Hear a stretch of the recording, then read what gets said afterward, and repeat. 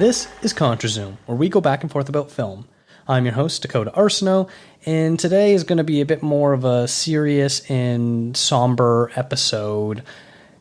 You know, everything that's going on with COVID-19 and coronavirus, however you want to say it, it's affecting everyone in very different ways. I know a lot of people are feeling it personally, whether they're losing work or having reduced hours or things like that. And obviously, I don't want to trivialize what this podcast completely is about, you know, movies and things like that, because who really cares at a time like this? But I think it's a worthy time to sort of, you know, take a state of the world as far as this is concerned and talk about how things are being affected.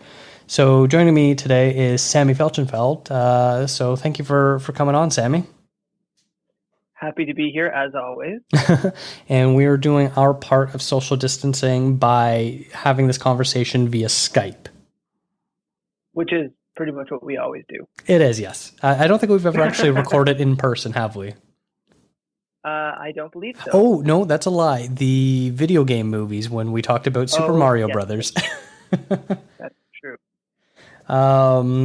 But we're going to talk a bit about what exactly is happening. There's been a lot of news where it seems like every day, you know, this is what's happening, and then tomorrow's like, well, actually, it's really happening, and is this happening? Is this not happening? It seems like everything is so much in the air. It's kind of hard to keep track. So I think we're going to try to give a best rundown of everything that we know so far. And just like I did in my last episode, which was the movie preview of 2020, as I was recording, I was like, hey, this will probably be out of date within a week. And as I was editing it, I did an editor's note input where I was like, hey, show is already out of date, and here's the new information I have. And it's now even more out of date, and it's only been out for 2 weeks as of the time this episode drops. So all of this is basically as we know it so far. We're recording it on Monday, March 23rd. This is coming out on the 31st. So we're talking only about the information we know. And if there's something that severely changes between now and then, maybe I'll include a little bit of an editor's note again. But I think we'll start things off with movies being released early. This is wild. You have all these big, huge productions that, you know, just came out in the last couple of weeks or are supposed to come out right now, and it's all being pushed back, and it's crazy. I've never seen anything like this before. Have you, Sammy? No, and I think that there is no benchmark for kind of how the industry is handling this. On the one hand, it's sort of like, okay, here's a movie that would have had all this effort put into it, being ready to go to release in cinemas and kind of have a big marketing push and everything, and then just the world is appended, and this is what has to happen. So there's definitely a few interesting responses to this. Mm-hmm. And there seems to be like two different things that are happening. You've got movies that have already been out in theaters from, you know, just past Christmas time that are coming out to home release. I still want to say like coming home to video, you know, because that hasn't been a thing in like 20 years. You got stuff like both Frozen 2 and the last Star Wars movie, which were supposed to come out in the next little while, that are basically like, nope, it's now on video now, which is interesting that they sped that up, which is both of them being Disney movies. It isn't really a shock that they were able to kind of adjust and do that quickly. But then you also have movies that just came out. You have The Invisible Man, which came out a couple weeks ago, is going to be available to rent right away. It's out there now. The Hunt, which was supposed to come out last year, got pushed back due to controversies, and then is sort of, they're not even releasing it again. They're just basically dumping it so that we can watch it. Emma already came out for a couple weeks, and it's going to be available to rent online. And then I think the biggest one is Onward, the new Pixar movie, is going to be available to purchase digitally, but it's going to be able to be streamed on Disney Plus in a few weeks. So they're really trying to recoup their money. I think the big thing is all these movies are either you're able to buy or rent but it's going to be like $20, which is kind of insane. But considering the amount of budgets that go into it, I understand where they're coming from. But I don't think I'll be one that's going to spend $20 to watch any of these movies. Are you? To be contrarian, not these movies, but maybe some. And the reason I say that is it costs me $20 or more if my husband and I both go to see a movie in theaters. Mm-hmm. So unless it's a film that I need to see on the big screen. So let's say things happen a certain way in Tenet, the next Christopher Nolan movie comes out at home. I'm not watching it at home. I'll wait till however long I have to watch it on the big screen. But for some movies, if it's something I would have seen anyway and the big screen doesn't really matter to me as much, I would be willing to pay it. And I think that's something that is it's an interesting move, and I'm curious to see how that lingers after all this is over.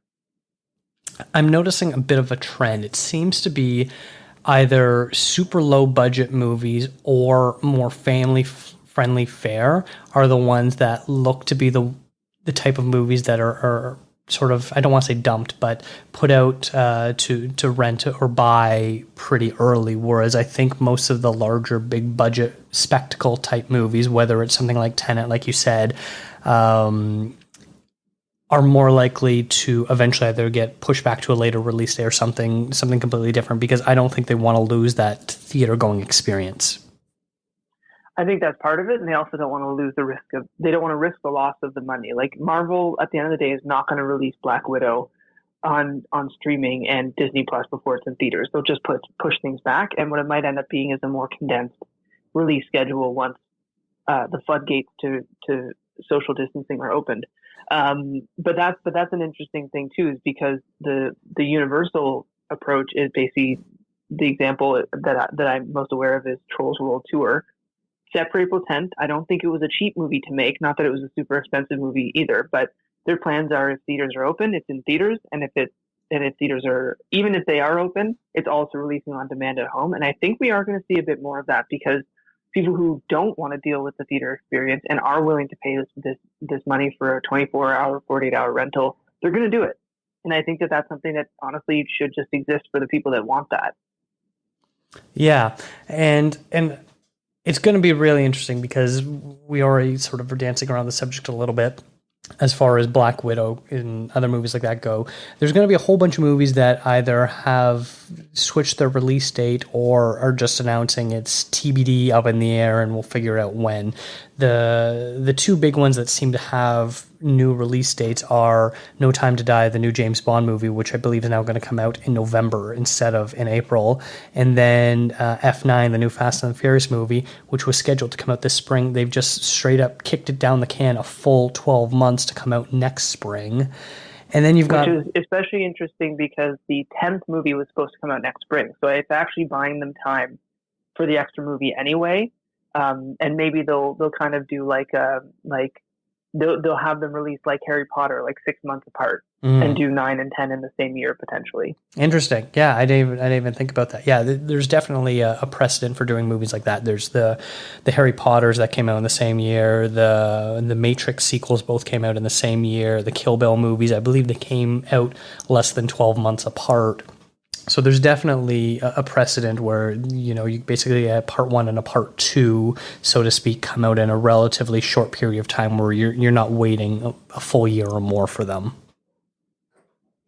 Exactly. And I think, so we're talking about the ones that have been explicitly moved. And I think No Time to Die was the first one that was kind of like a bigger fanfare to move, but that's also because it would have been releasing in a few weeks. And I think they just said, we don't want to put the money into marketing something that'll be canceled. But then you have pretty much all of Disney's slate just removed entirely. They didn't even bother saying, Mulan's going to come out in August or in September. They basically just, I think once everything's over, Disney is just going to completely redo things. Or if the Chinese box office opens before the North American box office does, in terms of the cinemas opening up again, they might be willing to just do a cinema release in China and a streaming and then Disney Plus release in North America. Yeah, and I think that's something that is probably overlooked in the last few years, especially. I would say, up to about the last 10 years, the Chinese market for movies have become so big, where you have specific scenes or even edits being tailored for the Chinese market, where because they only allow a certain amount of what they call foreign language films per year. So I don't remember exactly. I'm pulling this number out of my ass right now, but it's like 10 to 12 or so that they allow that are non-Chinese cinema made. And so something like Mulan is, sort of hinges on how it does in China more so than it does in the rest of the world, especially considering the amount of, I don't want to say concessions that they've made, but they clearly tailored the plot more to appease the Chinese market compared to the way the animated version was received, where the character of Mushu was considered disrespectful in Chinese culture, and so they completely removed it entirely from the remake, that sort of thing. Yeah, so I think that's definitely a Disney play for that market. But I think what's really interesting here is that it's kind of the different approaches. So Universal is sort of like, we're going to keep our schedule the same and just find a way to make that money back, and they're sort of like, whatever, hands in the air. Disney, I think, is just on the one hand, they're saying, here's Frozen 2 on Disney Plus 3 months early, and here's Star Wars on streaming early and onward, even like super early. Basically, practically still in theaters. And then on the other hand, saying, but you're not going to get anything else for a while. And I think, to be honest, I was saying this to someone else, is I think this is where we're going to see a lot of studios, Disney being one of them, pulling out films that they mothballed and just saying, here's a new film for you. Here's new content. Surprise. And just getting it out there as much as they can. Yeah, especially because if they're able, we basically have a captive audience at this point, because we're all stuck indoors. We're not supposed to be going outside. We can't go see movies anywhere else. It's interesting because in the past, studios would just try to quietly dump movies on VOD or whatever service they want with little to no promotion, things like that. Now they don't even need to worry, because you look at modern films and their publicity budget is basically half of what an entire movie costs to make. You're basically doubling it for the publicity cost. They don't need to do that. They don't need to fly the stars all around the world and pay for advertising and a million commercials and all that sort of stuff. You put it on Disney Plus or Amazon or Hulu or Netflix or whatewe else. We don't have anything else better to watch. Like, you put out a brand new movie that's supposed to be theater quality, which, at this point still has a bit of prestige to it. You're going to make your money. Yeah, and I think that's a key point that you're saying about there's no press tours, there's none of that stuff. I think that's a huge boon for the studios who are sitting on content ready to go. That it's sort of just like, they're going to make back what they make back. I don't doubt for a second that people who are still kind of hemming and hawing on Disney Plus, the moment they saw Frozen 2 was going to be on there, they probably got their extra millions of subscribers that they've been losing. And I think putting Onward on there, and I think the more their contracts are able to get them content, I wouldn't be surprised if things last a while, if we see Star Wars much sooner than waiting. Will probably be 6 months otherwise between the digital release now and the Disney Plus release. So, and then you also, not to mention, you have HBO Max coming in a few months, you have Peacock coming in a few months, and those are related to other studios. So there's more potential to get those. We might just see this year kind of looking like we're going to balance out, is it worth it for us to just release this straight to streaming? Probably like the 100 million plus budgets, which are reserved more for the blockbusters, will probably just get their release date kicked down the can, so that they can still come out in theaters. But anything probably 50 million or less, which at this point is basically considered small budget, will probably get releases digitally. Yeah, and then it's just going to be sort of whatever. I think the way the industry is taking it, as far as I know, basically production of almost every show and movie that at least is known around the world is paused, and it's going to be that way for a short to long period of time. So it's sort of not the worst thing to hold out on some of these big releases. Like, if it's going to take an extra 6 months to a year to get the next big Marvel movie, I think they're done Eternals, but they've been working on 2 other ones. Well, now if they're pushing back Black Widow, then they push all of them back. Mm-hmm. So it's not like there's going to be this backlog or this long. This is the thing I think is going to happen in the TV realm, is that there's going to be like no seasons are starting in September, October this year. At this point, seasons are starting probably in January. We're going to have this weird 4-month period on TV where there's no new television that isn't something that they had in their back pocket, or a quickly made reality show, or something that they were able to push to make it onto TV, whereas movies don't need to deal with that in the same way. It's interesting. It actually reminds me a little bit of the writer's strike that happened a little over a decade ago as far as TV is concerned. Exactly. Yeah. And that's where we saw the birth of some of the worst reality shows that are still on TV because of that. Movies don't really have the same thing, but there are definitely some movies out there that I feel like have been fully made and just put on a shelf, and then now there's going to be a chance for them to see the light of day. Mm-hmm. Yeah. It'll be good for some things, really bad for other things. Now we're talking about theaters being closed, and that's sort of been a real evolving issue, where it seemed like a week and a half ago you had the theater chains talking about how they're, having extra cleaning crews go in there. They're only selling 50% capacity tickets. At TIFF, they were closing their 2 smallest theater rooms and only having shows in their biggest auditoriums, and all that sort of stuff. And then it was like, okay, I don't really know anyone that wants to sit in a room where, there's going to be several hundred people throughout a day coming and going and touching things and being messy and gross, because it's not like we can pretend that we're not, messy and gross in movie theaters when we're eating popcorn and dropping things and what have you, and leaving our coats everywhere. And then very quickly, both Cineplex and TIFF here in the Southern Ontario announced that they are shuttering their doors for the time being. Yeah, I'm not surprised. I think that there's been a lot of moments of like, it really does change from day to day. And I think it's one of those things is sort of everyone looks at the way things are right now, or the way things are reported to be right now. Like, we know that there's a delay between when someone is tested and when somebody might be positive or negative. And that's the case around the world. It's not like it's something unique here. So people are working with whatever information they have, which is perfectly normal. So then you're getting emails from these companies, be they restaurants, be they cinemas, basically saying everything they're doing. And it just so happens a few days later. And I mean, now most of Canada is now under some kind of strict ruling around these kinds of spaces anyway. I know that that's not the case in other countries, and I think that other countries approach things a little bit differently, and I think people do take it upon themselves to decide what they want to do. But that really does bring up how do cinemas survive this? Especially if, people are, we're waiting to pull the trigger on getting something like Disney Plus or Amazon Prime or different things like that, where they're already clearly losing a lot of customers to the Netflix model. If people get super comfortable with that and realize, hey, every Disney movie is eventually coming here anyways, and I don't need to go and see them in the theater, then why do I need to go back?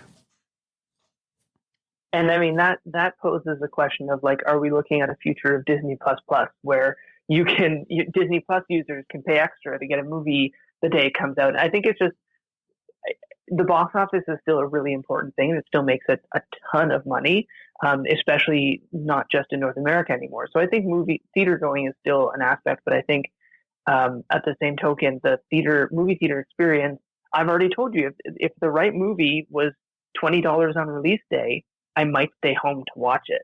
Like I'm already thrilled that Sonic the Hedgehog, which I didn't get a chance to see in theaters for various reasons, its digital release was pushed up to next week. So I get to see it basically the day this comes out, it'll be on digital. So I get to see it sooner. And yes, I'm paying a rental fee instead of waiting for it to come to streaming somewhere, but that is still appealing to me. And I think that is appealing to many people. For all we know, this physical and social distancing is going to create introverts out of the best of us. It's definitely going to change the way the sort of economy of movies works. And so you say for the right movie, you'd be willing to pay that price. And I agree, I would too. The problem is, for that price, it better be a movie I'm very excited to see. Because for the most part, like, I'm going to the theaters because it's something really high up on my list. I'm not just going to throw $20 away to see the next Pixar movie. As much as I love Pixar movies, I can wait for it to be more readily accessible for a regular subscription streaming service price. Something like Tenet or No Time to Die, where I was definitely planning on going to see that in theaters. I don't know if I want to. Like, I pay for that only because I've got a decent sized TV, but I don't have a good sound system, a good enough sound system to justify that. Or like a movie I think both you and I can agree on of being very excited for is Dune. Like, do you want to watch that in your home? I don't know what your sound system is like, but is that something you think you'd be able to recreate the cinema experience for something that is so hotly anticipated? No, and Dune is definitely not something I would watch at home. But it's sort of just, this is the thing too, is that if it's $20 to put a movie in front of your kids, and you're saving a ton of money by not going to theater, not buying popcorn, not paying for individual tickets for your kids and whatever, that's where the benefit lies. And I think that's where there's a potential for both. And it's going to create I think it's going to shift the industry into basically making movies that make sense in a cinema, and movies that don't have to be seen in that environment. So Dune and Tenet and No Time to Die and these other bigger movies. But then think of Roma, where you and I saw it in theaters, and it was incredible in theaters. And then I saw it again at home, and it was a different experience. But that was released on Netflix, and that was an Oscar buzzworthy movie that won a few awards too. So I think that there is going to be continually room for both, and I think at the same token, some cinemas aren't going to survive this. Just like there are going to be businesses that straight up don't survive this, and so it'll be interesting the impact that takes. How many screens does North America lose potentially from this, and what impact does that make on the amount of money that a movie like the next Star Wars in a few years, or Avatar sometime in the indeterminate future, the types of movies that are designed to make $1 billion, like what impact will it make on those? Mm-hmm. Yeah, I think it's a battle that Netflix and Amazon have been trying to force the industry to reckon with for the last couple of years, and it seems like it's really going to come to a head this year. Absolutely, and especially coming after a year like last year that had the biggest Avengers movie, that had the end of the Star Wars Skywalker saga, like all of those big pieces. And then this year's an interesting year with a bunch of interesting films, many of which may not even be released this year and just get pushed based on any number of reasons. Like, we don't even know yet what the quote unquote big Oscar-worthy movies of next year will be yet. And so I'm curious if there's going to be moviegoers that are saying, well, I mean, I guess I could see that at home. It's not that much more. If it was me and one other person going to a movie, I could save money by watching it at home. Mm-hmm. And it's interesting because in my 2020 movie preview, there's a couple movies that I talked about where they look like they might be real front runners for that. The new David Fincher movie, Mank, which is going to be, I believe, coming out on Amazon. And then the new Spike Lee movie, Da 5 Bloods, is coming out on Netflix. And so it's going to be more and more where those service providers are definitely going to be in the running. All you have to do is look to this past year and see that Netflix had about 4 or 5 movies that they could have pushed hard for Oscars and ended up really throwing their weight behind The Irishman and Marriage Story, and managed to sort of luck out with The Two Popes being able to catch up in that as well. But they could have had about 2 or 3 other movies that were in the conversation for Best Picture and other big awards. So it's definitely going to be interesting to see if maybe they make some sort of deals. You talked about maybe the changing the face of the landscape of cinemas. I know people have been sort of suggesting for a while that maybe Netflix starts its own movie chain where they buy small art house cinemas and are able to do their qualifying runs that way, because to be eligible for the Oscars, you still need to show in New York and LA for a week as of right now. Maybe they start buying some cinema chains or things like that with small art houses and showcase their movies, them and Amazon and Hulu or Disney Plus, however they want to start releasing their movies. You can still go and see it in a small 50 to 100 person seat auditorium. And then after, being out for 2-3 weeks or whatever, then it's available to stream widely by everyone. Well, and I mean, Netflix already did this. They already own one theater in New York that they bought in the fall, in the Paris theater, and I think it'll be interesting if that continues. The risk is that we end up what would it be, like 75 years ago, 60 years ago, when all the filmmaking companies also owned their own movie houses. I'm sure Disney would love nothing more than to only show Disney films in Disney cinemas that would show other films that they would gladly pay to show other films in. But if you want to see the next Marvel movie, you're going to a Disney cinema. You're not going to a Cinemark or a Cineplex or whatever. And I know that the laws still exist that broke up the film studios that actually keep that from happening. But I'm sure they'll find workarounds. And that might be what makes, like, if let's say there's 3,000 cinemas that all go bankrupt because of this, and Disney and Universal and another film studio come in and say, we're going to buy these together, but these are now the only ones that show our films. And that's just, and because of the nature of the industry, that's what happens. That's a very deep speculation, highly unlikely, but there is a chance of the Netflix and Amazon and the ones that aren't directly related to the big filmmaking companies to start buying them up as well. Yeah, you're not wrong. You're talking specifically about the antitrust laws that went into effect, I believe, in the 30s or so. Fox was the biggest, I believe, proprietor of their own cinemas because I'm blanking on what his first name was, but Mr. Fox himself was a movie theater owner magnate who, when he merged forces with, I believe it was Samuel Goldwyn, who was a distributor, he was able to specifically distribute his own movies. And we've seen in recent years Disney sort of putting their thumbs on the scales of, hey, you want to show the next Avengers movie or whatever else it is, you have to have X amount of screenings per day. You must give us 50% of all profits for the first 2 weeks. You can't show anything else at this time, blah, blah, blah. And then you have all these small town theaters where they're like, we've got one screen. We can't show the same thing for only a month without nothing else. People aren't going to come and see us. And there was a bit of pushback to it. But if, suddenly it's Cinemark presents a Disney movie theater or whatever have you be, maybe that sort of changes the landscape again. And that also increases the likelihood of, I can go see Eternals at the Cinemark Disney Theater, or I can watch it on Disney Plus for an extra $20 this weekend. For on top of a monthly service I'm already paying for. And I think that's sort of add to this that also we're headed towards, if it's not a huge recession, it's still going to be the impact of millions of people being laid off, even temporarily, and all of those things that will play into it. So what money will people be willing to spend on this form of entertainment after all is said and done, too? And speaking of layoffs, Cineplex did announce that they were laying off a vast majority of their staff, who they said that it's only going to be a temporary layoff, and they do expect to bring them back. Cineplex also owns the Rec Room and a number of other companies as well, entertainment companies. So I feel terrible for them, and hopefully this isn't something that's going to last too long, and they're able to get their jobs back.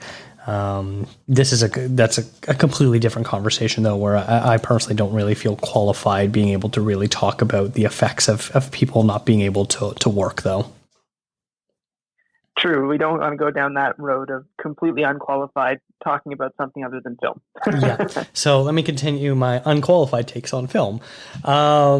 There's also been word about of a lot of productions, both in the film and TV world, that are either shutting down or going on hiatus.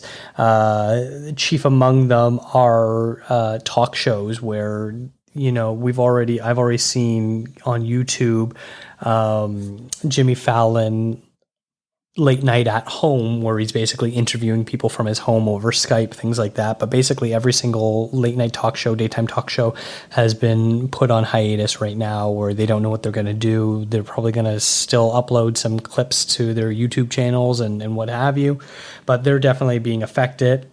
Shows like Saturday Night Live are going on a hiatus right now, and then of course actual scripted TV shows where they need to film them way in advance, they're definitely going on hiatus right now. I'm looking at an article right now where all of the Chicago TV shows, Law and Order, SVU, have been halted.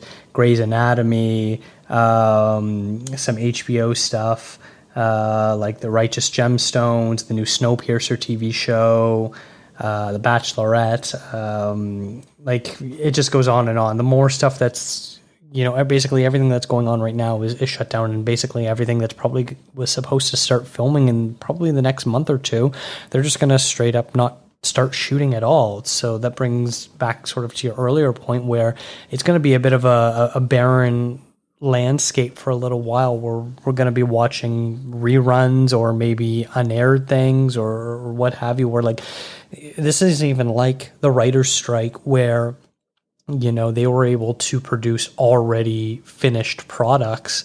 Sure, it really, was the beginning of the end for shows like Heroes and the downfall of Lost and things like that.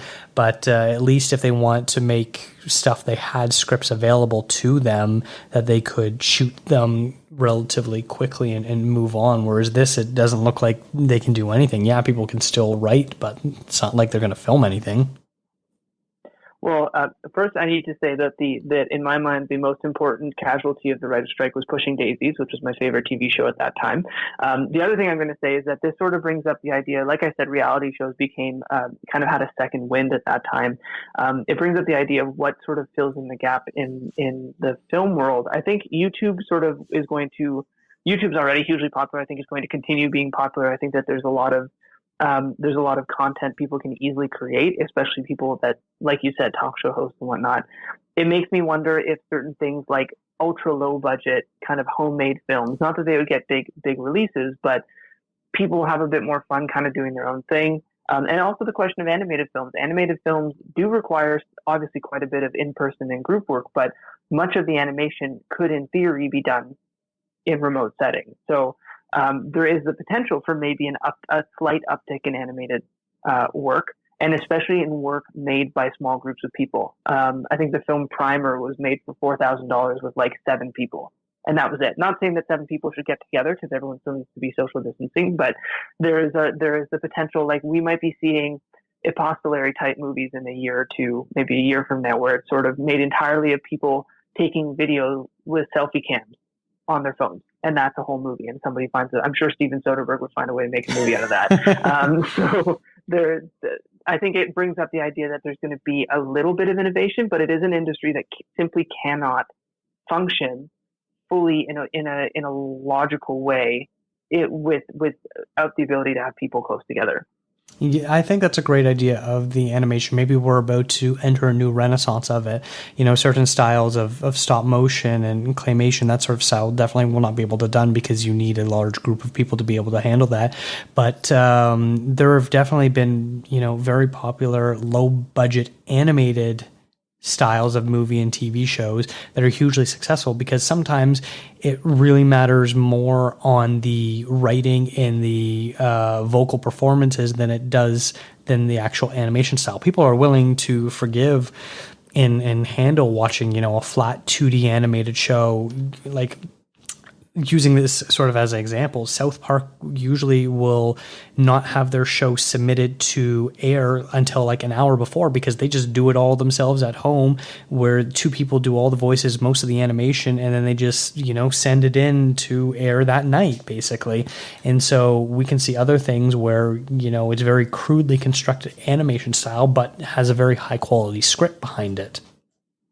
And I think that also brings up the point of, like, if you want to get Chris Pratt to be the voice of one of your characters in your movie, and this is something being structured some ways, I'm sure he has the means to record that easily in his home. Mm-hmm. Or if he doesn't, it's very easy to send by Amazon. Here's your microphone setup. Send us all the raw files, and we'll do the rest. Like that. I think that there is some potential there. I don't think we're going to see a big boom in it by any chance. I mean, it still takes 2 to 3 years to make Pixar quality animation, and by like hundreds of people. But I do think that there is some potential there. It's interesting because the video game industry is, unlike the film industry, is mostly still operating, but now it has the added challenge of everyone working from home off of servers built in offices somewhere. So they're finding a way to do it because they can. And it's sort of that's its own form of entertainment that's sort of trying to keep itself going as well.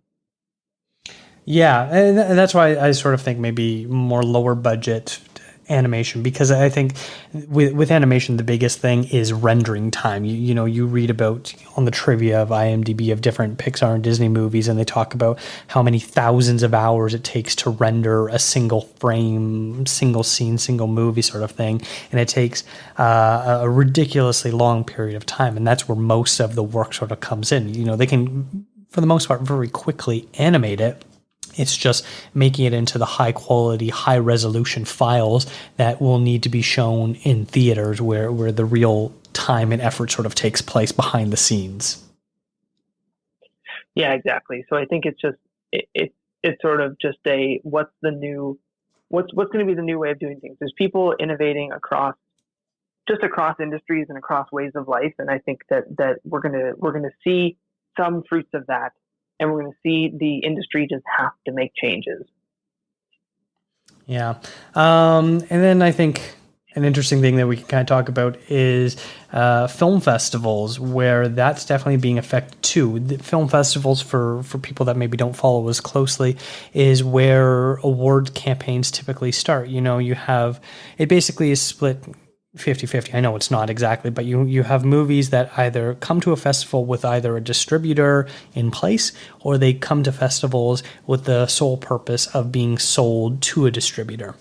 So you'll have the bigger movies that will sort of do the circuit and will play Sundance and Cannes and Toronto Film Festival and Tribeca or whatever, just so that way it can start getting groundswell support, where they already know it has a December 12th release date where it's going to be shown in 2,000 cinemas wide sort of thing. But then the other side of it is you've got these low to mid-budget films, sometimes new and emerging directors, sometimes it's people that are doing something a little bit more experimental and don't quite have the funding in place yet, who are trying to sell their movies just so that way they can actually have a life, because they basically be like, hey, I spent $20 million on this movie. If I don't get a distribution deal, basically everyone that put money into this loses out completely.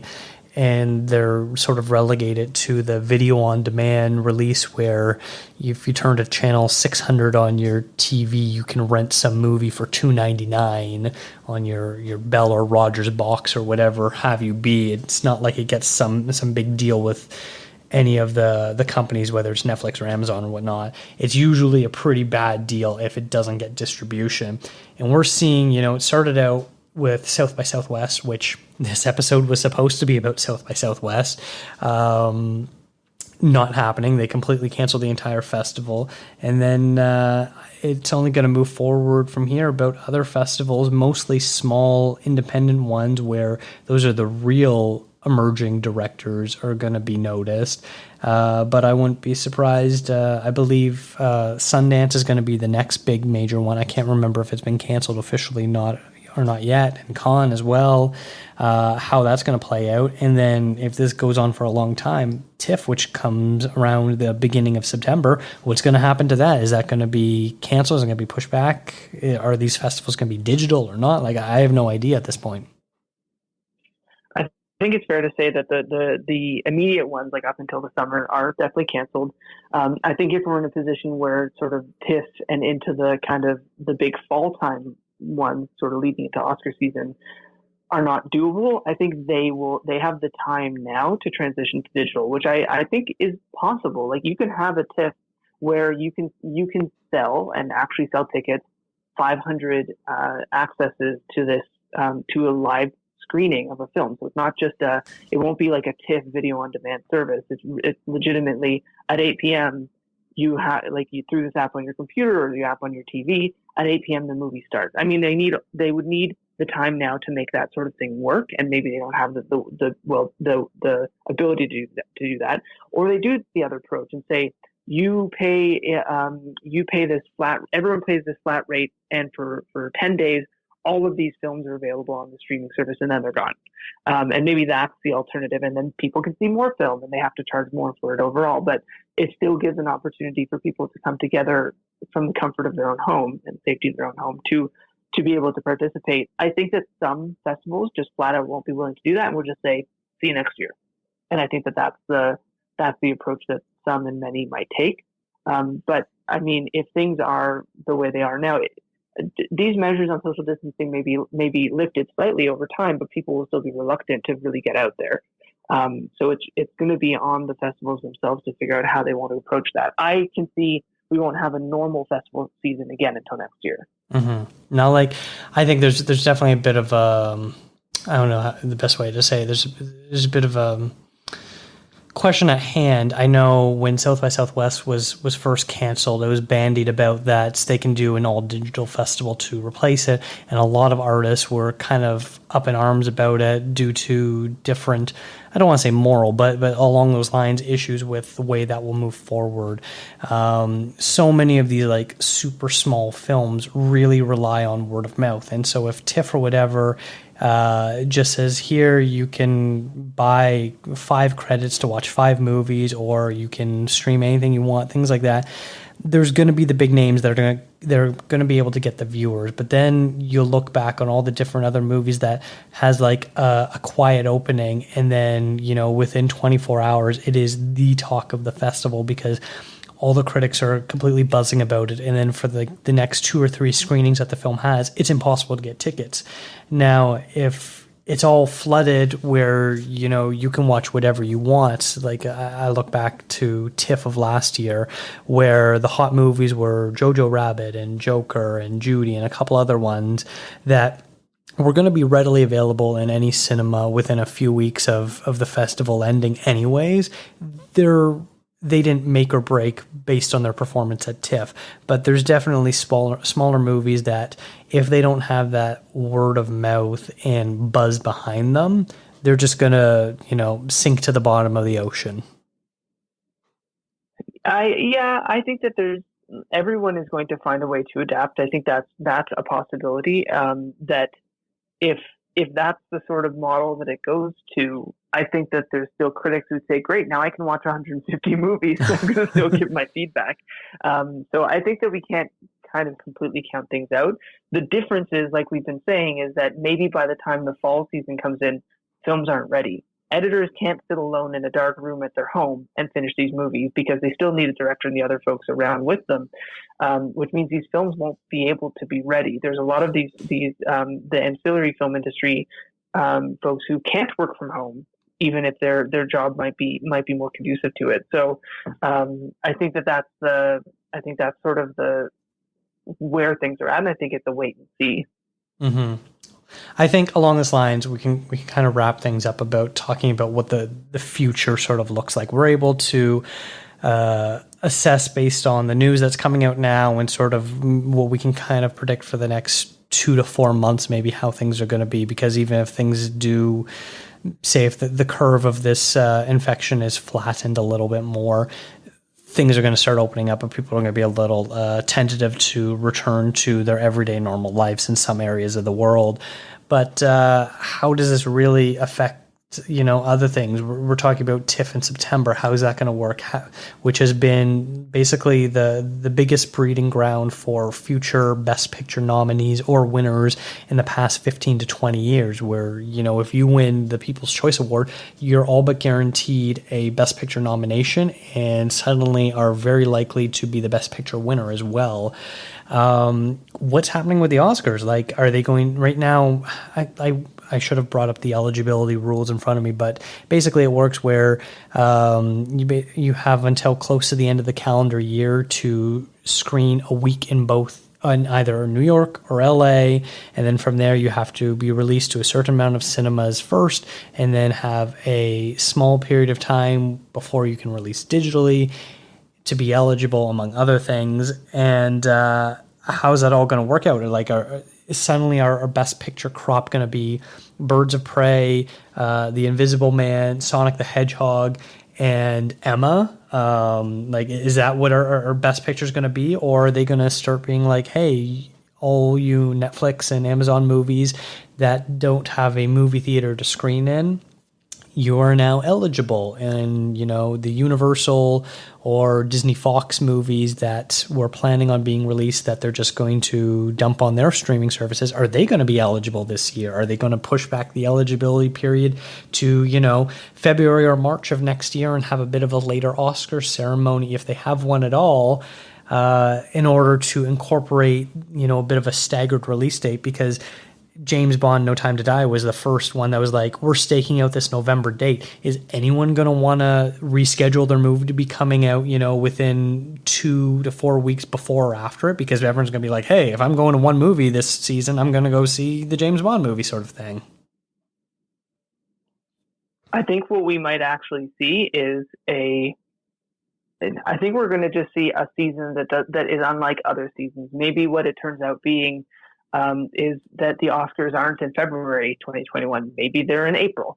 And it's just things just sort of delay. It all depends on sort of how humanity reacts to the way measures are lifted. And it also depends on how countries operate. One of the biggest things that I think is becoming more and more evident, especially as some countries kind of are already on the other side of their curve, is that travel is going to be the last thing that opens up.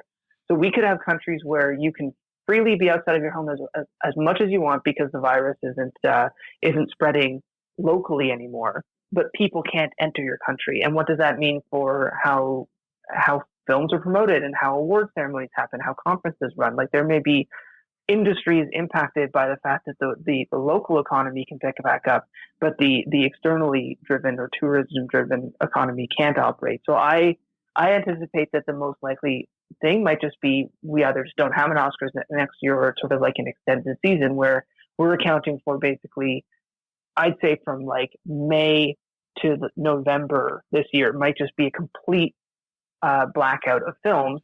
Or, like you said, it's the opposite. We just have the Oscars have new rules, and the Oscars 2021 ballot is the funniest thing of all time. Yeah, it's definitely going to be interesting to see where they go with that. As someone who's huge into following that along, as everyone is probably evident by looking at the release feed, where from September till early February, it's nothing but Oscar talk here. I'm curious to see what they do. They haven't announced anything. It sort of seems that everything that's more than a month away from happening, no one just wants to say anything because they don't want to have to go back, because you look at all the companies that are having to basically reissue a new press release every second day because what they thought was the appropriate measure to take was not strong enough, or because the way rules are changing forced on governments, whether it's closing borders or what have you, or forced closures. You're having to basically change the way you were thinking because you thought you were being proactive by being like, hey, we're only selling 50% capacity of our tickets and not all theaters are being done and we're doing extra cleanings. Well, suddenly that's not good enough. So anything more than it looks like a month plus away, maybe 2 months away, I don't think anyone wants to say anything definitive yet. Absolutely. And I think that it's fair not to. I think some decisions make sense in that, for example, some major conferences, film festivals, events have been canceled. I think that just makes sense anyway. But then on the other side of things, it's just safe to not say, yes, we know we're going to release this film or whatever. Like we don't know what the other side, the majority of the world doesn't know what the other side of the peak of the pandemic is in their country, what that's going to look like yet, or how long it's going to take to ease restrictions and whatnot. Some countries haven't even, this might change between recording this and this being released. Some countries haven't even created strict measures yet, or haven't made their measures stricter around physical distancing. So I think it's a question mark. I think that you and I might be recording an episode another time this year that says by the time this is released, maybe there's 18 movies all vying for the same release date that weekend. So it'll be an interesting approach. But I do think that the industry will bounce back purely from the fact that there's all these movies they already planned to release, but now they can release later. So it's going to kind of nudge everything. Yeah, maybe sometime in the fall we can do some sort of post-mortem of what we learned and how things were really affected, because otherwise I'd be doing an episode every week about what's changing. All that said, I feel like for the next, if I am to put some sort of positive spin on this, probably the next 2 to 6 months, we are looking at probably the most home entertainment opportunities that we've ever had, because anything that'd be coming out in that time frame is already done. They're just waiting to release or putting the final touches on things. That's going to be available to either rent at the prices that they have, or they're going to dump them and make deals with the different streaming sites, what have you. So it's going to be really interesting to sort of see where all that lands, but we're probably in line for being able to see things in a way that we've never been able to see them, and what will likely be a once in a lifetime opportunity. Definitely. I'm very much curious to see what it's going to look like having just the way kind of home releases play. We might be seeing the beginning of the decline of the physical home media, just because this is a time when people may not be able to or may not want to order in Blu-rays. And it just becomes people are buying digital, they're streaming, and that just becomes the new norm. So we're going to have to see it. A lot of it depends on sort of how infrastructure supports it too. We don't know even what the Chinese film industry is going to look like once their cinemas open, because they haven't been making films for the last 3 months either. So it's going to be definitely an interesting change. I agree.